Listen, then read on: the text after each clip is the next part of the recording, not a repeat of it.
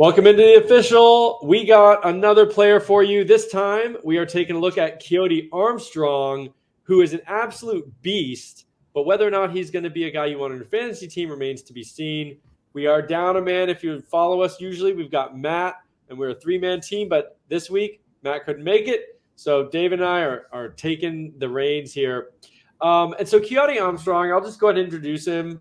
David, why don't we split it since we don't have a third guy? So I'll take the first part, I'll start the video, and then you can go into some other stuff. But I'll introduce Kiotti Armstrong, who's ranked pretty high, TE5 on the consensus, just out of the top 100 overall. He's massive, 6'5", 6'6", 250-plus pounds already, out of the state of Texas. Plays on a pretty bad Texas team, 109th in the state, 37 power ranking, and a 25 strength of schedule, which is kind of average, I would say. He's a Texas A&M commit, and I have to say, I feel like he's such a Texas A&M commit. This feels very normal for them. A big, huge, blocking tight end who's not very exciting, but it just feels right for Texas A&M. We don't have an age for National Signing Day, but 58th percentile athlete, which really isn't that bad, but he's probably getting bonus points for being so humongous because I think we value that for the athlete score. And then 10.3 yards per reception, which actually I'll throw it to you. Is that good for a tight end? I mean, for a receiver, that'd be horrible. Do we like that for a tight end? Do we know what the threshold is for yards per reception? Yeah, I don't know if there's we want to see, I think, at least 15 generally. Prefer to see, 18 to 20. That's what you'd like to see. And just more volume, more catches in general. Yeah. So anyway, yeah, you can walk us through what you see on tape, but I see, he's a massive dude people will say he looks the part, he looks like a dude, he's got a big butt, long arms, I think he's going to project as a good inline blocker, can get up the seam and stuff. He's fairly coordinated. He'll have a diving catch. I don't know if we might have seen that. But he can lay out and catch it. I think he'll be a red zone threat. There's the diving catch right there. It's over his head, over his shoulder. So that's impressive. But basically I think he's already 6'6", 250. I imagine he's going to get to 265. This is just, it's not really for me. If it's for you, go for it. I don't know. It's just not really. I prefer the dudes that are 6'4" or whatever, 215 that stack on weight, that are kind of wide receivers in high school, and they convert to tight end. That's kind of what I go for, just because they move so well and they kind of already have the route running chops. So this guy is going to be, I think, mostly touchdown dependent.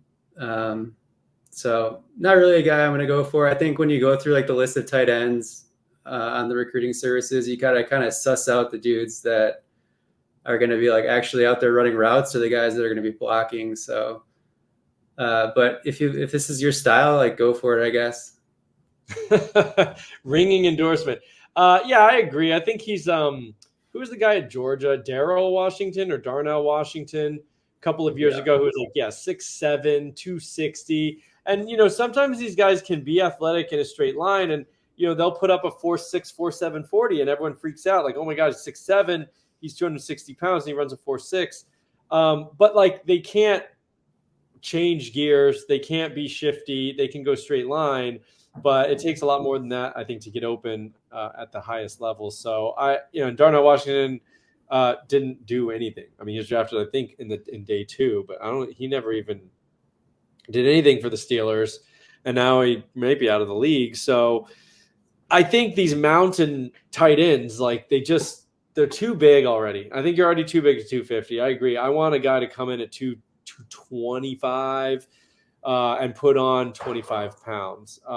If they're already this big, there's just no way to me that they can be as agile as they need to be. It's just hard. It's an odds game that just that human being does not get that size and remain agile enough to be a receiver. And that's what we care about for fantasy. He could probably be a fine inline blocker. I agree. So, yeah, I mean, Kiotti Armstrong, yeah, not for me either. I think people will wind up with him on their fantasy teams because he's TE5, and so they'll just go down the list and draft him, but I would not draft him for fantasy. I'd rather take another shot at a different position or, some guy who's a tight end, but more athletic and a little bit smaller for the fantasy aspect.